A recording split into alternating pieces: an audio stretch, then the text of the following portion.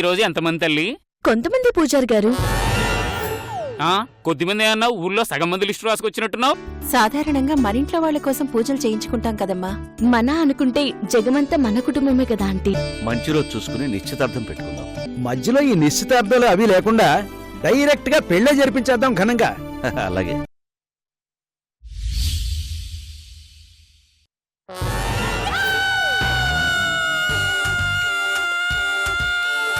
అమ్మా లహరి, లహరి,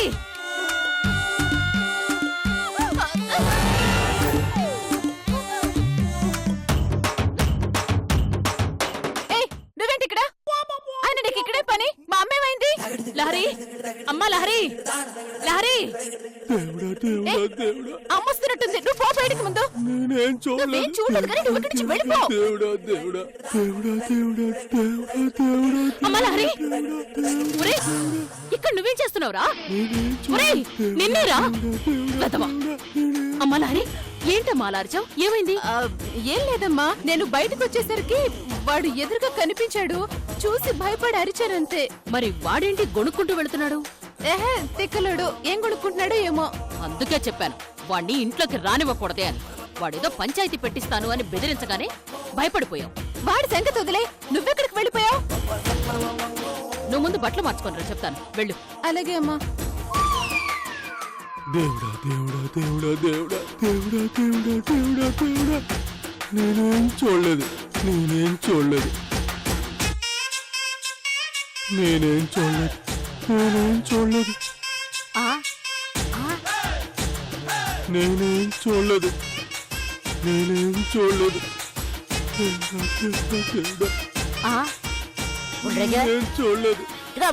నేనేం చూడలేదు, నేనేం చూడలేదు,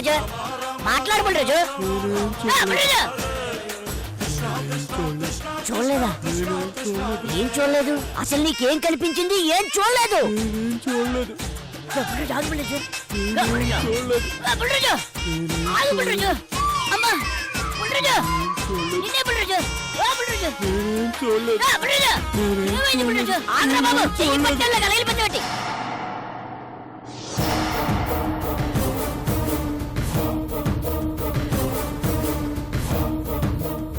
అమ్మా, ఏదో చెప్తానన్నా?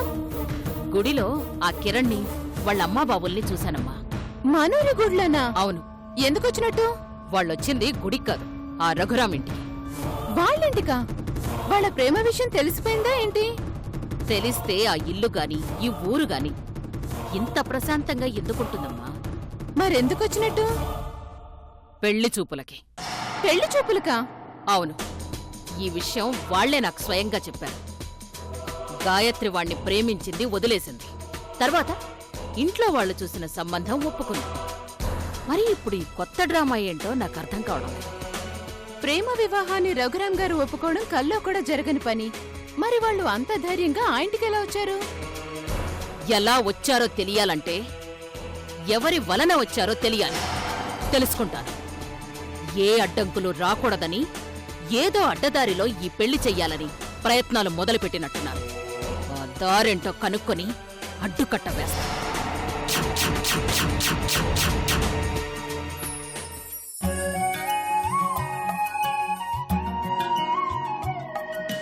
కన్నుల్లోని రూపమే, గుండెల్లోని ధ్యానమే, నాశని స్నేహమే, నా శ్వాసని కోసమే, ఆ ఊసుని తెలిపేందుకు నా భాష మౌనమే. కన్నుల్లోని రూపమే, గుండెల్లోని ధ్యానమే, నాశని స్నేహమే, నా శ్వాసని కోసమే.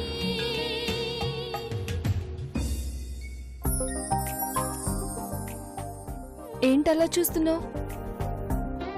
నిన్నిలాగే చూస్తూ ఉండిపోవాలనిపిస్తుంది. ఎంతసేపు ఉంటావు? ఎంతసేపు ఉండమంటావు? గంట, రోజా, సంవత్సరమా? చెప్పు. జీవితాంతం ఉంటావా? ఉంటాను. ఈ రెస్టారెంట్ వాళ్ళు ఉండనివరుగా?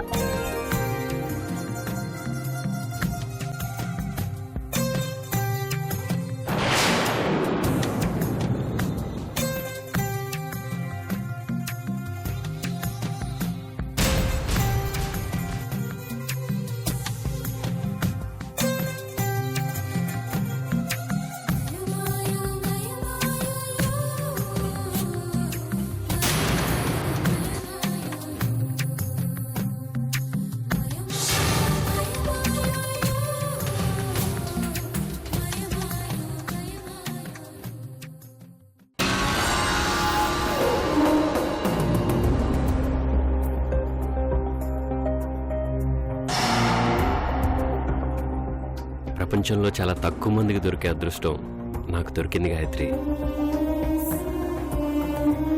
అవును గాయత్రి, ప్రతి ఒక్కరూ ప్రేమించుకుంటారు, కానీ ఆ ప్రేమను వరంగా దక్కించుకునే వాళ్ళు మనలాంటి వాళ్ళు కొందరే ఉంటారు.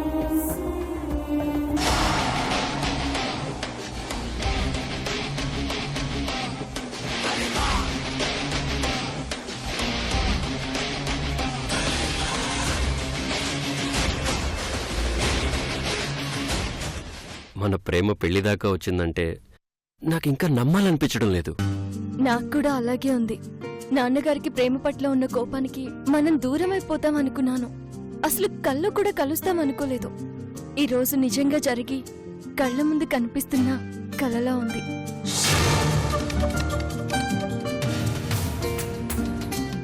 జరగరానిది ఏదన్నా జరుగుంటే ఈ రోజు ఇలా మాట్లాడుకోవడానికి మన ఇద్దరం ఈ లోకంలో ఉండేవాళ్ళం కాదు. హ్మ్. ఈ విషయంలో మనం రుణపడి ఉండాల్సింది ముందుగా వదినకే. నిజంగా తను నా తల్లి తర్వాత తల్లే. ఆ రోజు నేను ఆత్మహత్య చేసుకుంటున్నప్పుడు వదన్ రావడం ఒక్క క్షణం ఆలస్యమై ఉంటే ఈరోజు మన ప్రేమ పెళ్లి వరకు వచ్చేదే కాదు. ఆ రోజు నన్ను చూసుకోవడానికి వచ్చిన అబ్బాయి కాఫీలో వదిన ఉప్పేసి అవమానించకపోయి ఉంటే ఆశ మందమే ఖాయమైపోయి ఉండేది.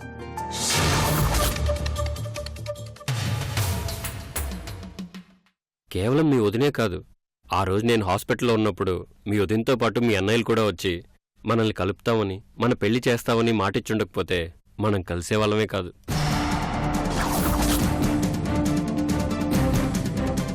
నీతో మాట్లాడొచ్చిన తర్వాత మా పెద్దన్నయ్యని చూడాలి, నాన్నగారి ముందు ఎప్పుడేం మాట్లాడేస్తాడోనని అందరం తెగ టెన్షన్ పడేవాళ్ళం. అభి అన్నయ్య అయితే నాన్నగారికి అనుమానం రాకుండా తెగ మేనేజ్ చేసేవాడు. లేకపోతే నాన్నగారికి దొరికిపోయి ఉండేవాళ్ళం. ఒకటి రెండు సార్లు మా ప్రవర్తన చూసి సత్తిపండికి అనుమానం వచ్చింది.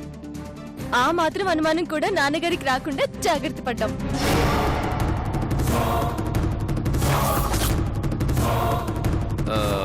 మీ అమ్మగారు తెగ పూజలు చేసేవారు కదా? అవును, అమ్మకి నేనంటే ప్రాణం. మన పెళ్లి జరగడానికి ఆవిడ చెయ్యని పూజలు వ్రతాలు లేవు. నాన్నగారు అడిగినప్పుడల్లా ఏదో ఒక అబద్ధం చెప్పేది. రాధత్తి కూడా ముందు మన ప్రేమ గురించి ఒప్పుకోకపోయినా తర్వాత ఆవిడ కూడా సపోర్ట్ చేసింది.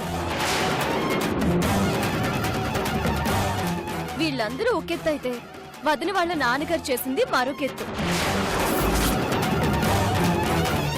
నీ గురించి నాన్నగారికి ఎలా చెప్పాలా అని అందరూ తల పట్టుకున్న సమయంలో ఆయన ఎంటర్ అయ్యారు. ఇంకంతే, అందరి బాధ్యతని తనొక్కడే భుజానేసుకున్నాడు. మీది తెలిసిన సంబంధమని నాన్నగారిని మీ ఇంటికి తీసుకొచ్చి నీ గురించి, నీ చదువు గురించి గొప్పగా చెప్పడం చాలా ప్లస్ అయింది. చెప్తా. ఇవన్నీ పక్కన పెడితే నాన్నగారి దృష్టిలో నువ్వు హీరో అవ్వడానికి ఇంకో ముఖ్యమైన విషయం ఏంటో తెలుసా? ఏంటది? ఆ రోజు ఉత్సవాల్లో నువ్వు భీముడిరా ఎత్తావు కదా, ఆ విషయంలో నాన్నగారు ఫ్లాట్ అయిపోయారు. కానీ ఆ రాయత్తిని నీకోసం ఆయనకు తెలియదు కదా.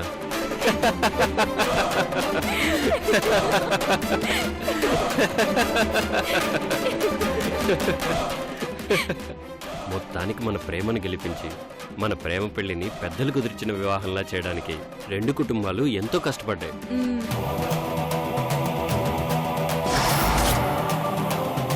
అందుకే ఈ సంతోషంలో నీకు పార్టీ ఇవ్వడానికి పిలిచాను. ఏం కావాలో కోరుకో. నాకేం అక్కర్లేదు. నేను బ్రతికున్నంత కాలం నన్ను ప్రేమగా చూసుకో. జీవితాంతం ఇలాగే ప్రేమిస్తూ ఉండు, అంతే చాలు.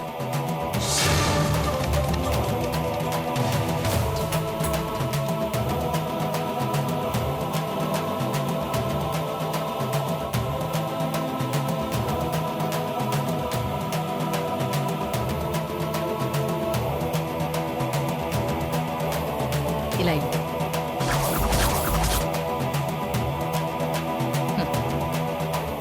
ఇదన్నమాట అసలు సంగతి. బావుంది, చాలా బావుంది.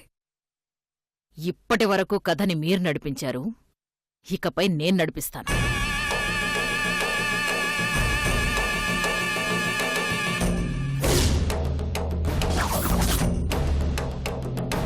ఈ సినిమాని ఎప్పుడు ఎక్కడ ఎలా చూపించాలో అలా చూపిస్తా.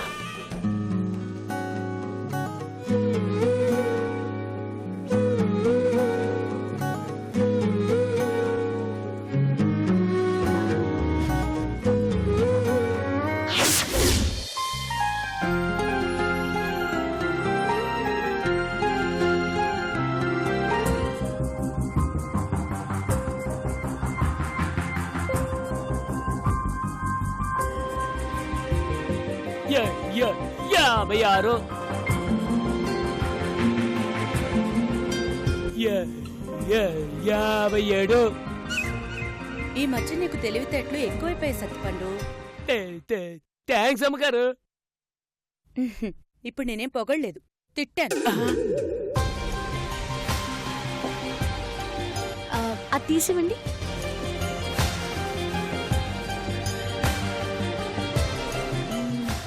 ఓకే, ఇది ప్యాక్ చేసివ్వండి. ఒకసారి తీయండి. నీకు చీర బాగుంటుంది చూడు. నా చీర సెలెక్షన్ అయిపోయింది కదా, మళ్ళీ ఎందుకు తీస్తున్నావు? దానికంటే ఇది బాగుంటుంది కదా అని. 5 నిమిషాల తర్వాత ఇంకోటి బాగుంటుంది. టైం వేస్ట్ చేయకుండా నీ డ్రెస్ సెలెక్ట్ చేసుకో.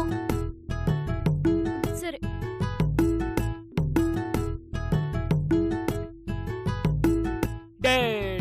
డెబ్బై 77. అమ్మగారు ఆకలండే. నన్నేం చేయమంటావు?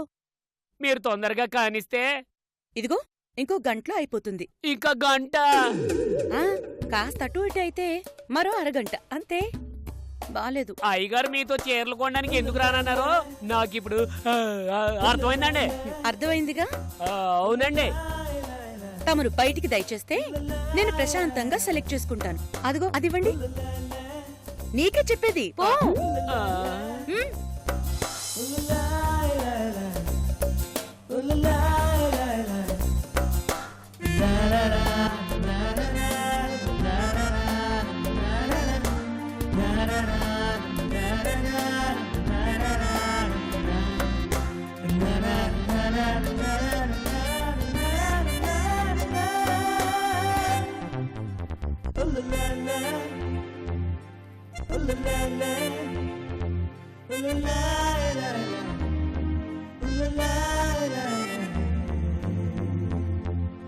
డ్రెస్ సెలెక్ట్ చేస్తున్నావా, తయారు చేస్తున్నావా? నాకు నచ్చినవి మన బడ్జెట్ లో లేవక్క. ఎంతలో ఉన్నాయి? 2000 పైనే. పర్వాలేదు, సెలెక్ట్ చేసుకో. థ్యాంక్స్ అక్క.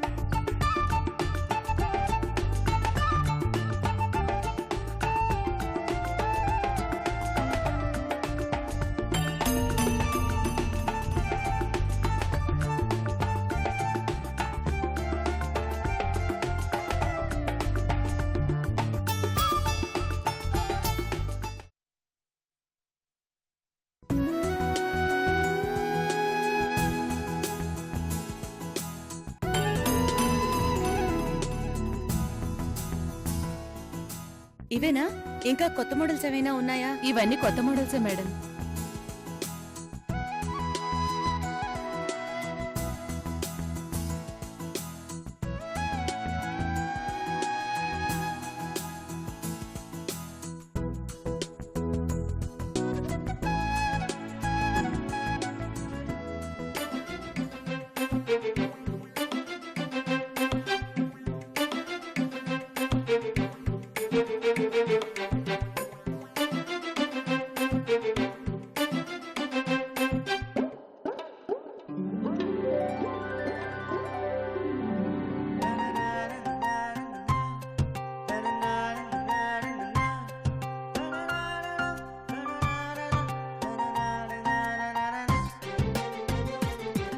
ఇది ప్యాక్ చేయండి. సరే. సారీ మేడం, ఈ సారీ ఆవిడ తీసుకున్నారు. అవునా? ఎవరు? ఆవిడే. పర్వాలేదు తీసుకోండి. ఆ, మీరు సెలెక్ట్ చేసుకున్నారు. మొహమాట పడకండి, తీసుకోండి.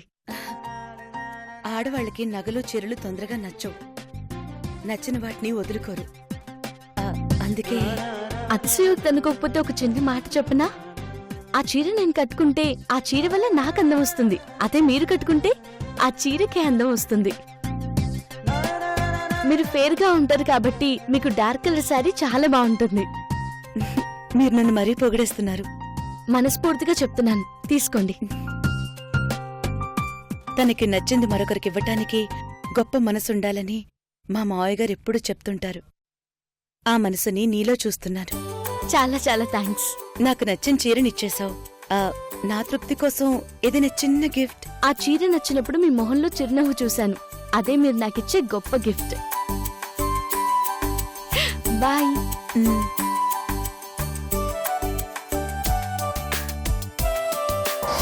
श्रीयाञ्जनेयं प्रसन्नाञ्जनेयं. కిరణ్ మీనరాశి, గాయత్రి మేషరాశి. వారిద్దరి తారాబలం అద్భుతంగా ఉందండి. వారిద్దరి వివాహానికి, అనుకూల దాంపత్యానికి చంద్రుడు దశమ గ్రహంలో చూస్తున్నాడు. వారిద్దరి దాంపత్యం చాలా అనుకూలంగా, సాంసారిక బంధం చాలా అద్భుతంగా ఉంటుంది. సునంద, గాయత్రి పిల్ల అయిపోతున్నట్టే కదా? స్వతంత్రం కోసం చేసినంత పోరాటం చేశాం. ఇప్పుడు ఇలాంటి అప్సెకర్ మాటలు మాట్లాడకు. సారీ. ఇంకోసారి ఇలాంటి కూతులు కూసారంటే నిజంగానే నోరు కుట్టేస్తాను. జాగ్రత్త.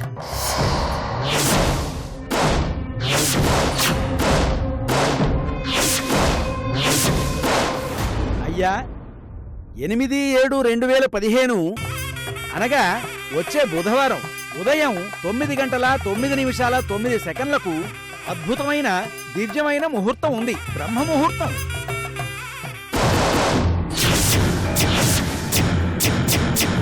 ప్రతి 10 సంవత్సరాలకి ఒక్కసారి మాత్రమే వస్తుంది. ఈ ముహూర్తానికి వివాహం జరిపించుటకు అన్ని విధాలుగా అనుకూలంగా ఉంది. తిథి, వారం, నక్షత్రం, రాశి, అమ్మాయి అబ్బాయిల జాతక చక్రం, లగ్న గడియలకు సానుకూలంగా ఉన్నాయి.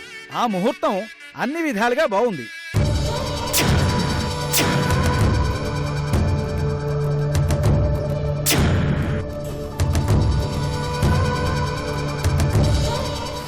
ఆ రోజే ఖాయం చేయండి పంతులు గారు. అవును పంతులు గారు, మీరు చెప్పినట్టే ఆ ముహూర్తానికి వివాహం చేసుకున్న వాళ్ళు అదృష్టజాతకులు అవుతారట. అదే ఖాయం చేయండి.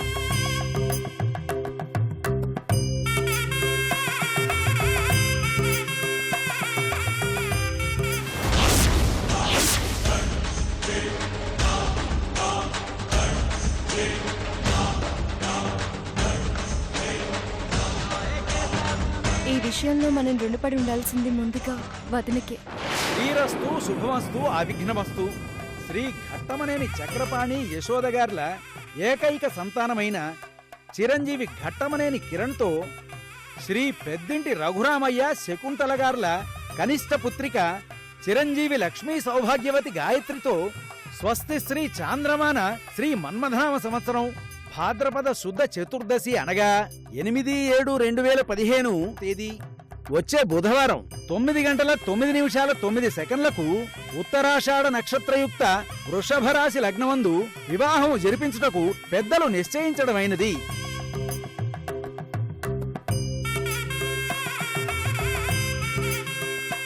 అవి అన్నయ్య అయితే నాన్నగారికి అనుమానం రాకుండా తెగ మేనేజ్ చేసేవాడు. లేకపోతే నాన్నగారికి దొరికిపోయి ఉండేవాళ్ళం.